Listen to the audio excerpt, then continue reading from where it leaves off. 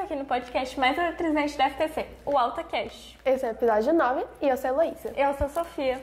Estamos aqui com a Luísa Venturoli, que é designer. Design industrial, né? Para começar, a gente quer perguntar um pouco para você sobre sua carreira mesmo, a sua formação e enfim. Eu me formei no Senac, lá de São Paulo, em design industrial. É que tinha uma escolha, né? Agora eu acho que as formações têm design, depois você pode escolher qual design que você faz. É gráfico, ou de UX, é o industrial. E eu escolhi no Senac porque lá tinha uma oficina enorme. Eu falei, gente, eu preciso, porque aí você podia trabalhar com madeira, com ferro, fazer um monte de coisa. Então eu me formei no design industrial. Antes disso, eu escolhi fazer design de interiores, né, que trabalha um pouquinho com arquitetura, mas eu gostava de fazer produtos mais, sabe, específicos, em vez de cuidar do ambiente inteiro, de cuidar de um quarto. Então eu escolhi o design industrial e no decorrer da minha carreira eu fui escolhendo alguns outros cursos que pudessem agregar junto com o design industrial, né. Então eu fiz uma pós em design emocional, que é bem diferente, pela Belas Artes. Depois eu explico melhor para vocês como é que é. É bem legal o design emocional, porque ele tá ligado com o design UX e também com design arquitetura. E fiz tecnologia assistiva também, que também é multidisciplinar, então todas as áreas vão trabalhar com a parte de tecnologia assistiva. Acho que e por enquanto ainda estou estudando, né? A gente sempre está escolhendo alguma coisa para estudar. Mas também fiz uns cursos muito doidos, né? Fiz curso de poesia, fiz curso de história, fiz curso de desenho. Não assim, preciso. Era mais um incentivo da minha mãe de falar assim: faz. Você não sabe o que fazer? Faz alguns cursos de qualquer coisa. Se quiser fazer curso de crochê, faça. Porque em algum momento da sua vida isso vai ser útil para você. Vai fazer uns cursos assim, meio livre, só para ver como é que é. É bem legal. Que diferente. E quando você era pequena, você já sabia que você queria fazer parte do STEM, da tecnologia? Não. Na verdade, quando eu era mais nova, eu pensei em começar fazendo fisioterapia. Não, mudei muito. Criancinha, fisioterapia. Aí depois fono. Isso pensando, né? Só pensamento de criança. Aí eu pensei no momento de fazer geologia. Até que eu fui conhecer um pouco, tinha um estudante que me levou até a USP para ver como era o curso. E aí eu falei, não sei, era uma coisa muito técnica, muito estudo, e era uma coisa que eu ia me sentir um pouco presa só naquele assunto. Falei, não, esquece isso. Aí pensei em arquitetura, pensei em engenharia de produção, mas acabei caindo no design. Foi sem querer, assim. Foi fazendo esses cursos aleatórios, enquanto depois de me formar na escola, que eu fui decidindo e escolhi o design e me apaixonei por essa área.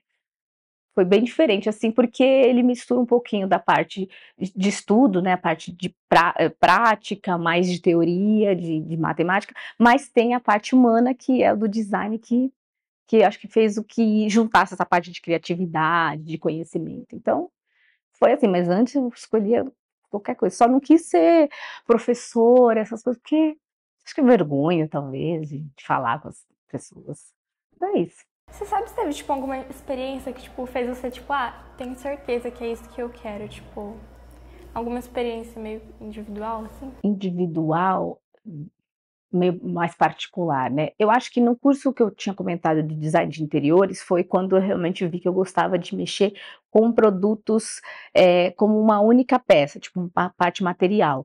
Porque eu estava fazendo um projeto lá, era um apartamento, um restaurante que era do curso, e eu ficava presa eu começava assim, então você tinha um restaurante, eu ficava presa na mesa, desenhando a mesa e pensando que a mesa ia ter começava com esse produtinho para depois fazer o ambiente inteiro. Então não fazia muito sentido eu ficar presa naquele ambiente. Eu olhava assim um quarto, aí os outros alunos pensando na cor, na questão da iluminação. Eu gostava dessa parte, mas eu não ficava tão presa nessa parte, a não ser com a parte de mobiliário.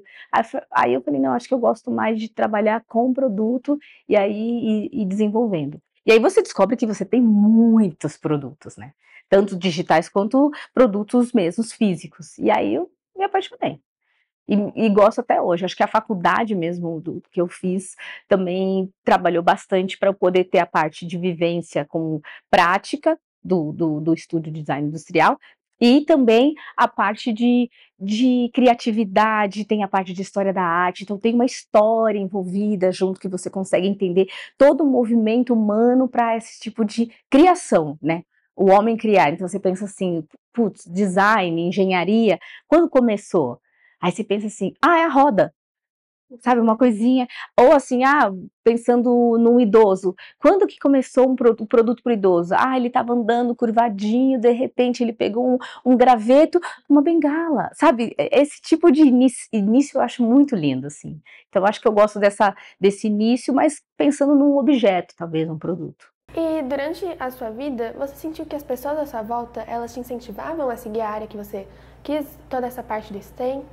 Sim, pelo menos assim, pensando na minha família, né, eu tenho minha mãe, ela é jornalista e ela sempre incentivou muito essa parte de estudos e de seguir, principalmente assim, faça alguma coisa que você gosta, até porque a gente acaba fazendo ela durante a vida toda, né, até se aposentar, se for pensar de uma forma prática, mas de uma forma que assim, a vida ela tem um lado duro de você trabalhar, de você ter que resolver um monte de coisa, então faça coisas que te dão prazer. Você não vai viver no prazer intenso, porque a vida é cheia de desafios, são momentos que não é sempre que você vai gostar daquilo que você está fazendo, mas que você goste do assunto, que não seja uma coisa que vai te arrastar. Então, sempre tive esse incentivo, tanto de estudar e de falar, eu percebi que você não é uma pessoa que lê 24 horas, então vamos para uma outra parte da sua criatividade, vamos descobrir o que você gosta de fazer. Então, eu sempre tive esse incentivo, principalmente pela minha mãe, né? Graças a Deus. Nessa área, tipo, as mulheres são desvalorizadas, tipo, tem esse preconceito? Acho que eu trabalho atualmente numa indústria que tem muito mais engenheiros, né, engenheiros e engenheiras, do que designers, se você for comparar a parte de escritório para desenvolvimento de produto. Então, para essa área, eu acho que ainda tem muito pouca mulher trabalhando, sim, para poder. E eu acho assim, até a questão do valor, acho que a gente acaba tendo que lutar mais, tendo que provar mais do que a gente é capaz, né? Para a parte de design, ela é um pouco mais abrangente, só que para a parte industrial, ela acaba também sendo tão pouca quanto a engenharia. De você estar lá trabalhando dentro de uma indústria, dentro de uma fábrica, dentro de uma empresa que faz esses produtos, você vê que tem um pessoal que está muito mais na parte administrativa, para o marketing, para a comunicação, e para a parte do desenvolvimento mesmo do produto, é um pouco menor. Então, a gente sempre está incentivando, pelo menos dentro da empresa que eu trabalho, tem algumas assistentes que ainda estão começando, que você vai orientando e falando assim, o que você gosta de fazer aqui, quais atividades? Faz as atividades, tem esses cursos para você começar, faz desse jeito, tipo, não enxerga de uma forma tão burocrática. Tenta descobrir o que você gosta de fazer, o que você faz em casa, porque você tem que também descobrir o que a pessoa faz em casa. Você descobre que ela gosta de desenhar, e ela faz cartoon, ela faz uns desenhos legais no estilo japonês, você fala, putz, então vai para essa área aqui, né? A gente tem que também saber orientar a pessoa a não fugir muito do que ela gosta, né? Você falou um pouco, tipo, de orientar as pessoas. Qual seria um conselho ou alguma dica que você daria para alguma menina que está começando a se interessar nessa área, nessa parte que você faz mesmo? Olha, eu acho que uma das coisas da principal orientação é prestar muita atenção na questão do perfeccionismo. Eu acho que a carga da mulher em fazer tudo, né, tudo de um jeito certo, acaba sobrecarregando um pouco a gente, então a gente fica se cobrando muito para isso. Então, o que você está fazendo agora? O que você está gostando dessa área que você está fazendo, de engenharia, de design? Não se cobre a ponto de achar que você tem que saber tudo se você ainda está começando a estudar. Vai devagarzinho, qual que é a sua dificuldade? Vai lá, entra num curso gratuito que tem na internet. Agora a gente tem muitos recursos para conseguir estudar desenho, modelamento 3D, mexer em vários tipos de softwares, isso tudo gratuito na internet. Então, eu passo esse tipo de orientação para a pessoa não se sentir muito cobrada e muito pressionada. Porque às vezes a pressão e tudo isso faz com que você não faça nada. Né? A gente acaba se sabotando, mas a gente entende a pressão externa que a gente tem, tanto de família, quanto de trabalho, quanto dos próprios colegas, a questão um pouco de competição, que a gente fala que não tem, mas existe, né? Então eu acho que são essas orientações. E falar que assim, o tempo está aí, você não está perdendo tempo, porque todo mundo acha que, eu tenho 20 e poucos anos, eu tenho 15, então eu estou atrasada. Ninguém está atrasado. Quando você for ver, a gente tem uma vida muito longa, que você pode mudar o seu trajeto, ou você pode agregar coisas ao longo do tempo por várias vezes, por o que você quiser. Se do nada você quiser aprender mandarim, você vai um dia descobrir que você está fazendo um robô lá na China. Olha que lindo! Do nada, é assim, é lindo. E é uma oportunidade, de repente você conversou com alguém na internet, de repente a pessoa precisa e você está em outro lugar porque você aproveitou aquele momento para cuidar de você, de ter o seu tempo, de estudar, de compreender. E também acho que dividir o conhecimento é muito importante, né? E, tipo, você falou um pouco sobre a pandemia e tal, que, tipo, teve essa mudança, tipo, que as pessoas viam meio que o mundo de forma diferente. Então, você acha que, tipo, depois da pandemia, essa questão de design, tipo, teve que mudar muita coisa, tipo, porque, querendo ou não, as pessoas perceberam que ficando muito dentro de casa, tipo, queriam umas coisas mais coloridas, mais diferentes mesmo, né? Mudou muito. A parte de tendências, principalmente, que você fala tendências de cor, de textura, de ambiente, de produto, tudo aumentou muito. Então, até tem muitas consultorias de tendências que aumentaram muito ao longo desses anos por conta disso, para as pessoas entenderem por que um determinado grupo está comprando um monte de coisa de colecionador. Vocês veem que volta muita coisa vintage, todo mundo quer voltar, e você tem que entender que essa parte vintage dessas pessoas de 35 para 60 anos está dentro de casa e precisa recuperar um sentimento que eles tinham quando eles eram mais novos. Por estarem dentro de casa, eles querem estar perto dessas coisas que trazem um conforto. Então isso aumentou muito. Aumentou muito o entendimento. A gente acabou, até como designers mesmo, eu percebi que teve uma valorização em questão do compreendimento de produto, de comunicação digital, sabe, parte de marketing digital também, tudo isso a gente acabou sendo melhor inserido no mercado, principalmente depois da pandemia, porque não é só vender, não é só comprar, não é só, né, montar. E aquela coisa que a gente pensa, a gente já fez tudo, né, a gente não cria mais, a gente copia. Só que você às vezes copia, você às vezes traz de volta, né, algumas coisas. Eu achei engraçado uma vez que eu tenho uma prima bem mais nova e ela tava com aquelas gargantilhas. Eu acho que vocês conhecem essas gargantilhas. Gente, eu usei essas gargantilhas, eu estava na 6ª série. E aí você olha e fala, e ela tá ali na moda, ali, voltou. Por que você tá usando essa gargantilha? Ela, olha, eu tenho essa dessas cores.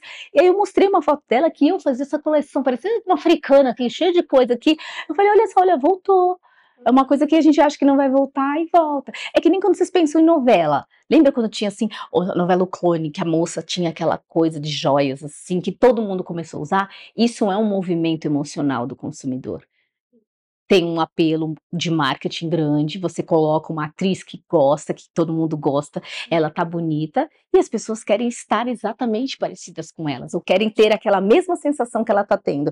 E aí você cria esse...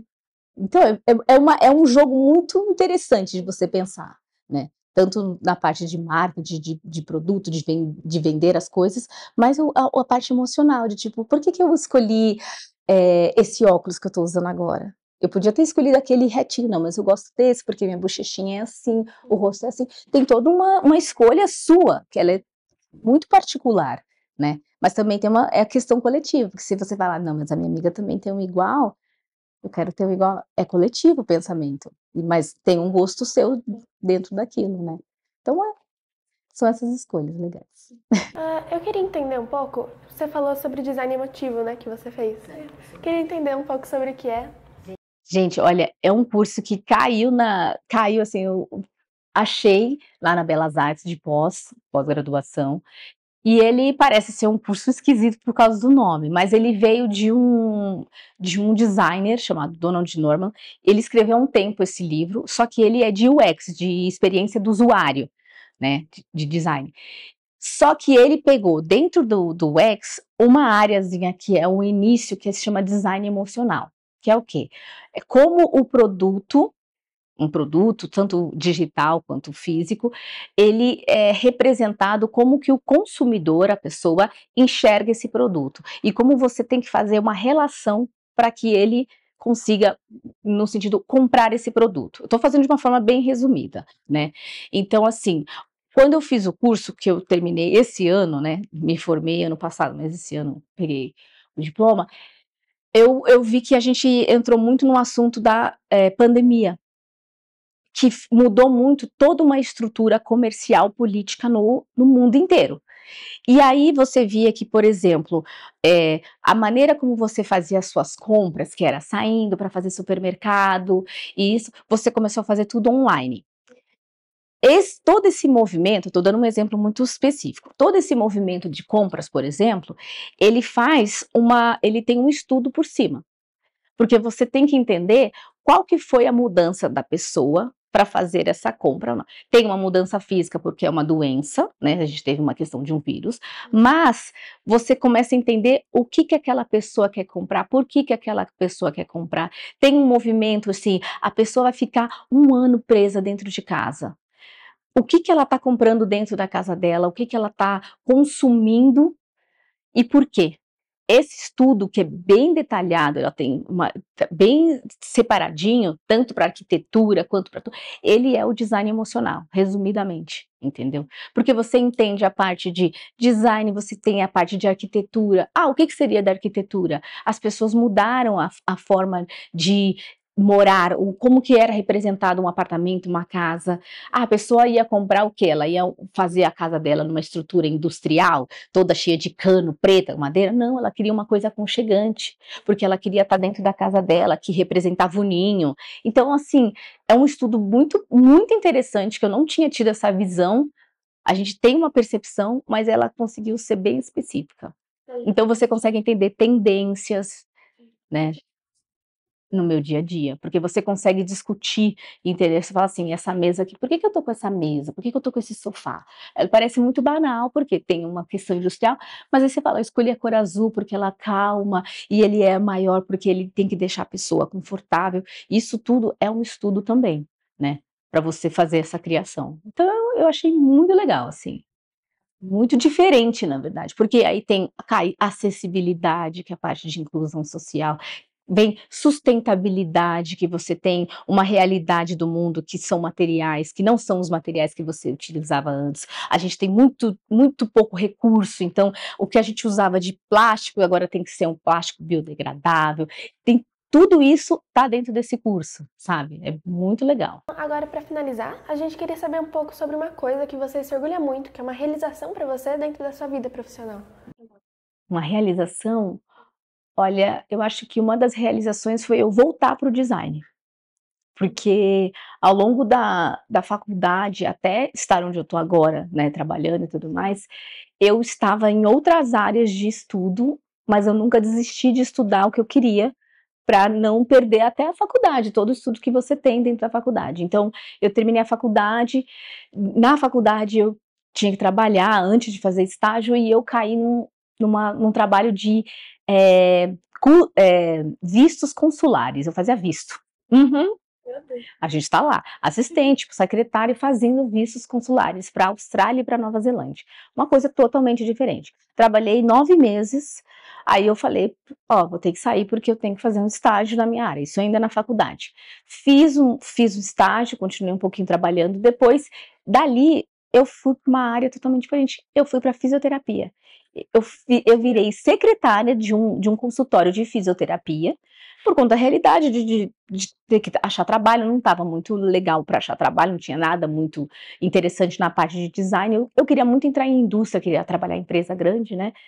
E aí eu acabei trabalhando nessa empresa sendo secretária, só que eu estava numa área de fisioterapia que me juntou na tecnologia assistiva. Então, eu continuei fazendo um curso de design, uma coisa que tivesse atrelado ao meu curso, né, a minha escolha profissional, trabalhando com uma coisa totalmente diferente, o que atrapalha um pouco a questão de experiência, de você, né, tá imersa no seu mundo. E dali, quando eu saí da clínica, eu saí e comecei a fazer voltei para a minha área de design. Então, acho que isso foi uma grande conquista, porque no final eu estou fazendo exatamente o que eu aprendi a fazer na minha faculdade, que é uma coisa que às vezes até um pouco assustadora de você pensar, e amo.